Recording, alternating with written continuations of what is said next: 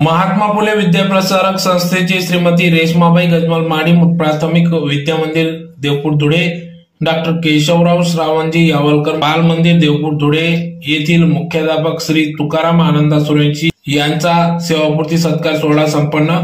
दिनांक 31 मे 2025 रोजी सकाळी 9 वाजता धुळे शहरातील श्रीमती रेग माडी प्राथमिक विद्या मंदिर देवपूर धुळे या ठिकाणी मुख्याध्यापक या पदावर असणाऱ्या श्री तुकाराम आनंदा सुरेंची सर मुख्याध्यापक यांचा 34 वर्ष प्रदीर्घ सेवेनंतर मुख्याध्यापक म्हणून 17 वर्षाच्या प्रदीर्घ सेवेनंतर सेवानिवृत्त झाले असून त्यांचा सेवापूर्ती सत्कार सोहळा आज पार पडला।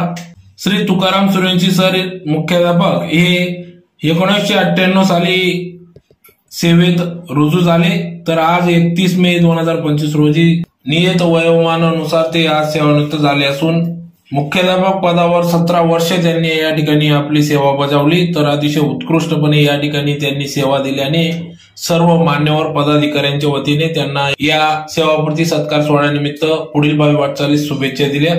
तर कार्यक्रमाप्रसंगी या ठिकाणी Bawaskar madam, Wagh madam, Patkari madam, Bhamre Bhausaheb, Rajendra Patil, Thakur Bhausaheb, Sushil Gawadi, Sanjay Patil, Gaurav Surenshi, Mankar sir, Jagtap sir, Khalane sir, Dnyanjyoti Vidyaprasarak संस्थेचे अध्यक्ष भाऊसाहेब लोटन मोरे आदी पदाधिकाऱ्यांच्या उपस्थितीत या ठिकाणी कार्यक्रम पार पडला। तर कार्यक्रमाप्रसंगी अध्यक्षस्थानी दीपक रामेकर सर हे होते, तर कार्यक्रमाचे प्रास्ताविक बोरसे सर यांनी केले, तर सूत्रसंचालन काकुरे मॅडम यांनी केले। तर या प्रसंगी या ठिकाणी श्री तुकाराम सुरेंची सर यांना त्यांच्या पुढील वाटचालीस शुभेच्छा देण्यात आल्या।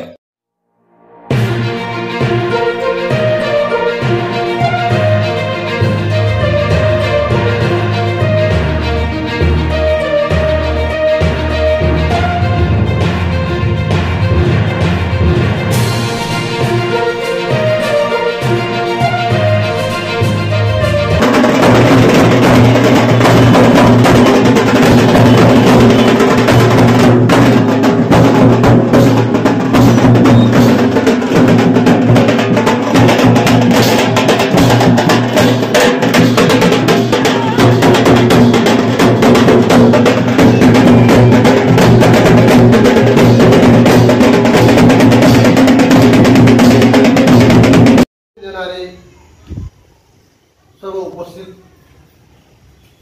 बंधू भगिनी,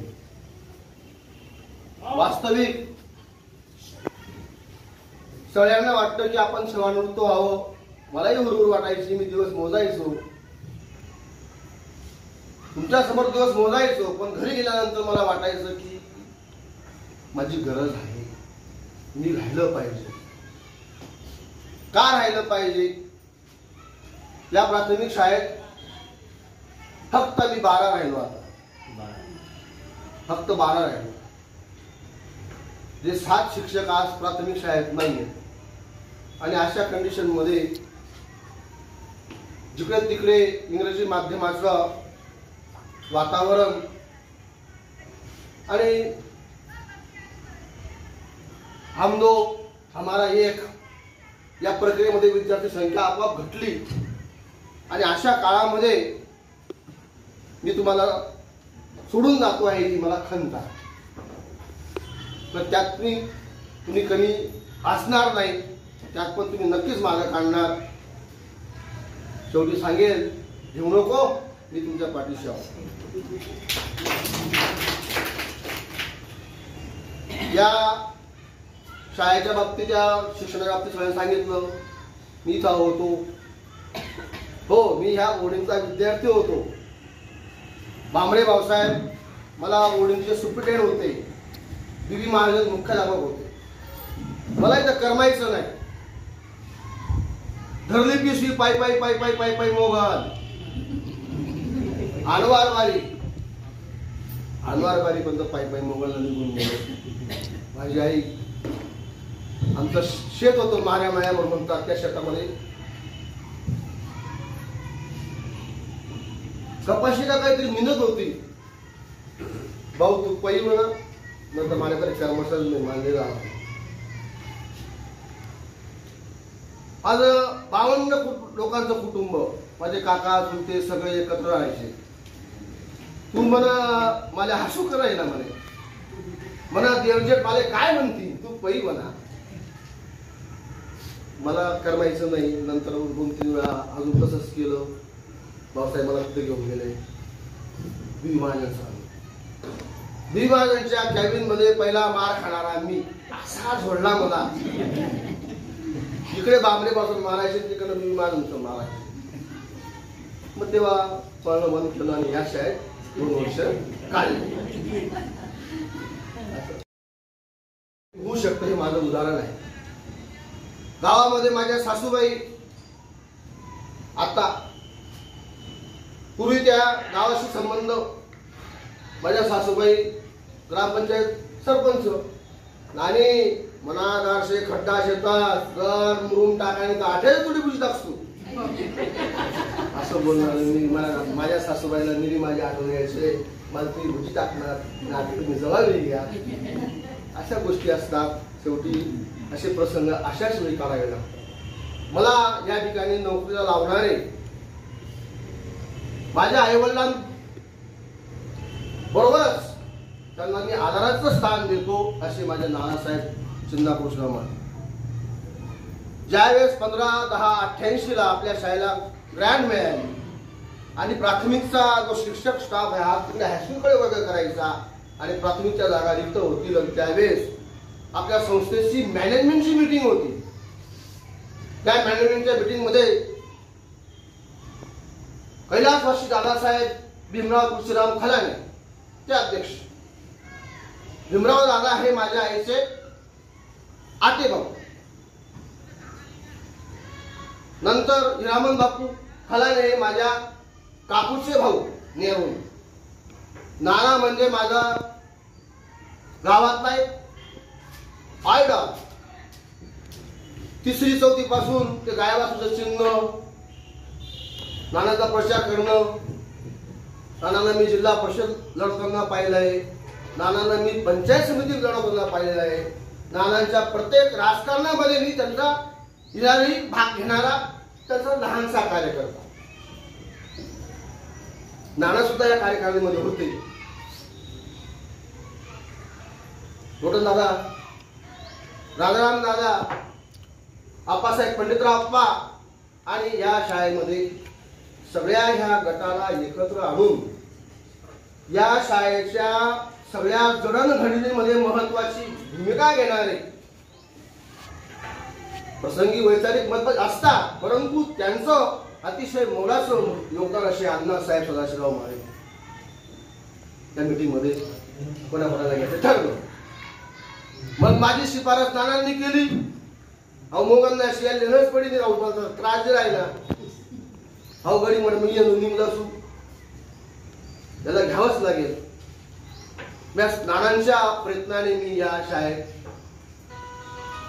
भीमराव दादा यांच्या प्रयत्नांनी, भाऊरावबापूंच्या प्रयत्नांनी, रोटनदादांच्या प्रयत्नांनी मी या शाळेत मला नोकरी मिळाली. त्यावेळेस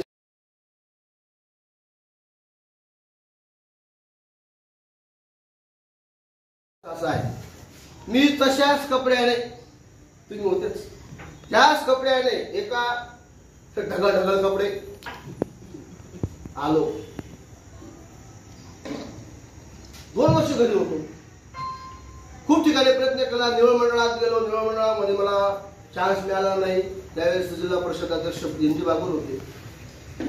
या रूपाने मला चान्स मिळाला. मी कुठल्याही प्रकारची वाट न बघता सगळ्यांमध्ये 1 नंबर इथं हजर झालो.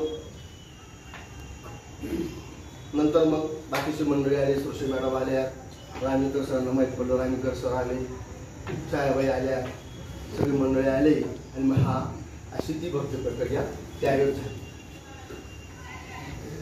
मॅडम असताना मी आणि मॅडम आणि स्टाफ आम्ही सगळं एकत्रित शाळेचं कामकाज बघायचो. त्या ठिकाणी बांबरे पासून सुद्धा मोलाचं सहकार्य असायचं.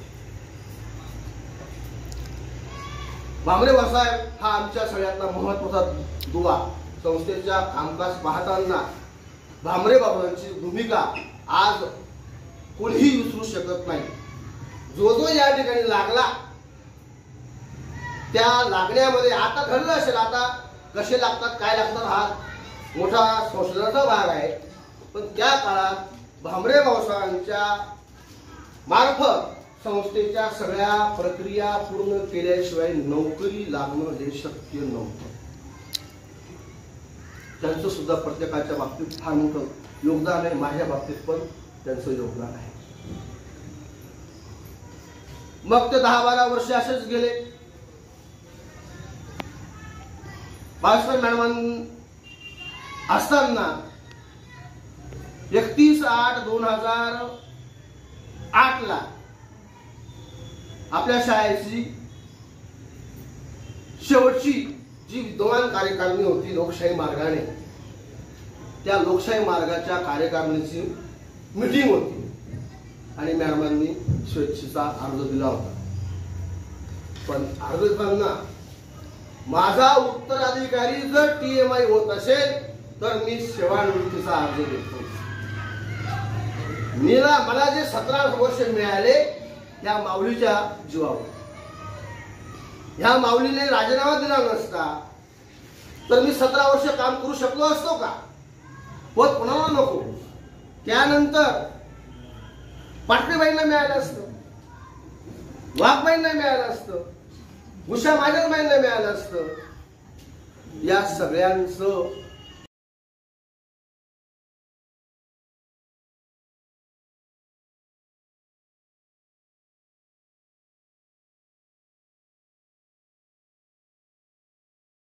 सेवानिवृत्तीचा दिवस म्हणजे आपण ज्या कार्यालयात काम करतो त्या कार्यालयातून वयाच्या 58व्या वर्षी कार्यमुक्त व्हावं लागतं. आणि आजचा तो सोन्याचा दिवस म्हटला तरी चालेल. कारण आज इथून जरी सर कार्यमुक्त झाले तरी पुढचं त्यांचं कार्य मोठ्या उत्साहाने ते करणार आहेत अशी मी सुरुवातीला आशा बाळगते. आज आपण सर्वजण दादासो TMI सर यांच्या सेवानिवृत्तीच्या कार्यक्रमासाठी एकत्र जमलो आहोत. या निमित्ताने व्यासपीठावर उपस्थित सत्कार मूर्ती श्री माळी सर व सर्व मान्यवर यांचे मी स्वागत करते. आजचा हा सोहळा म्हणजे शिक्षणाचे व्रत अंगीकारलेल्या व भगीरथ प्रयत्न करून यश मिळवलेल्या ऋषितुल्य व्यक्तिमत्वाच्या शैक्षणिक कार्याची सांगता होय. माननीय दादासो यांनी आपल्या 37 वर्षाच्या नोकरीच्या कार्यकाळात अतुलनीय असे कार्य केले आहे. आज त्यांच्या शिकवणीतून तयार झालेले अनेक विद्यार्थिनी मोठमोठ्या पदावर काम करत आहेत. सामान्य कुटुंब, शेतकरी कुटुंब, ग्रामीण भागातून सरांचा प्रवास सुरू झाला. परंतु परिस्थितीवर मात करत सरांनी आपले कार्य सुरू ठेवले. अनेक अडचणी, व्यक्तिगत दुःख या कोणत्याही गोष्टीची त्यांनी पर्वा न करता आपले ज्ञानयज्ञ सुरू ठेवले व या चांगल्या गौरवशाली अशा कार्यामुळे त्यांना मुख्याध्यापक पदावर काम करण्याची संधी मिळाली. मुख्याध्यापक पदाचा कार्यकाळात अतिशय जबाबदारीने त्यांनी गुणवत्तेवर व शिस्तीवर लक्ष दिले. शाळा नावारूपाला आणली. या स्पर्धेच्या युगात शाळेची गुणवत्ता टिकवून ठेवली. ज्याप्रमाणे फुलांच्या हारामध्ये दोरा हा सर्व फुलांना एकत्रित धरून ठेवतो त्याप्रमाणे दादासो माळीसर यांनी प्रेमाने व आपुलकीने आपले सर्व कर्मचारी वृंद एकजूट करून ठेवले. त्यांच्याकडून विद्यार्थी हिताचे गुणवत्तापूर्ण असे काम करून घेतले. आपल्या कामावर निष्ठा, प्रामाणिकपणा, चिकाटी, जिद्द, अभ्यासू वृत्ती, उत्तम वक्तृत्व, कौशल्य या गुणांमुळे सर आपल्या सहकारी शिक्षकांसाठी आदर्श ठरले आहेत. हे सर्व करत असताना त्यांनी आपल्या कुटुंबावर देखील उत्तम संस्कार करून एक आदर्श व्रत असे कुटुंब घडवले आहे. त्यांची दोन्ही मुले सून चांगल्या प्रकारे उच्च शिक्षण घेऊन नोकरी करत आहेत. सरकारी नियमाप्रमाणे सेवानिवृत्त जरी होत असले तरी सर मात्र अजूनही मनाने उत्साही व सकारात्मक विचार करणारे आहेत. सेवानिवृत्तीनंतर ते नुसतेच घरी बसतील असे मला वाटत नाही. समाजासाठी आपण काहीतरी देणं लागतो म्हणून ही भावना मनात ठेवून ते समाजकार्य करत राहतील. त्यांच्या अनुभवाचा व ज्ञानाचा प्रकाश नक्कीच मिळत राहील. अशा या न थांबणाऱ्या व सतत धडपड करणाऱ्या प्रयत्नशील अशा दादासो माळीसर यांना सेवानिवृत्तीनंतर निरोगी दीर्घायुष्य लाभावे अशी मोरे कुटुंबाकडून सदिच्छा व्यक्त करते. यानंतरचे आयुष्य अतिशय आनंदाने भरभराटीने जावो अशी भगवंताचरणी मी प्रार्थना करते.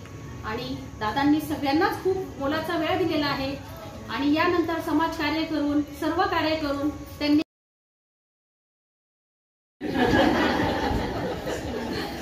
आजचा दिवस माझ्यासाठी आणि आमच्या संपूर्ण कुटुंबासाठी अतिशय खास आणि भावनिक आहे।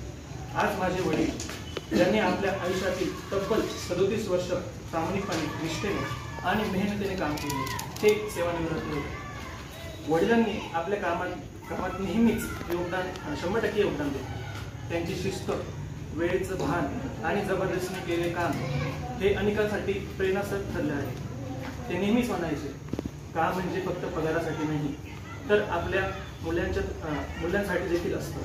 त्यांच्या या विचारांनी अनेकांना योग्य मार्गदर्शन मिळाले आणि त्यांचा आदर देखील मिळाला आहे। कुटुंबासाठी त्यांनी नेहमी स्वतःच्या गरजेपेक्षा आपल्या गरजांना महत्त्व दिलं आहे। आम्ही आज जे काही आहोत ते त्यांच्या कष्टामुळे।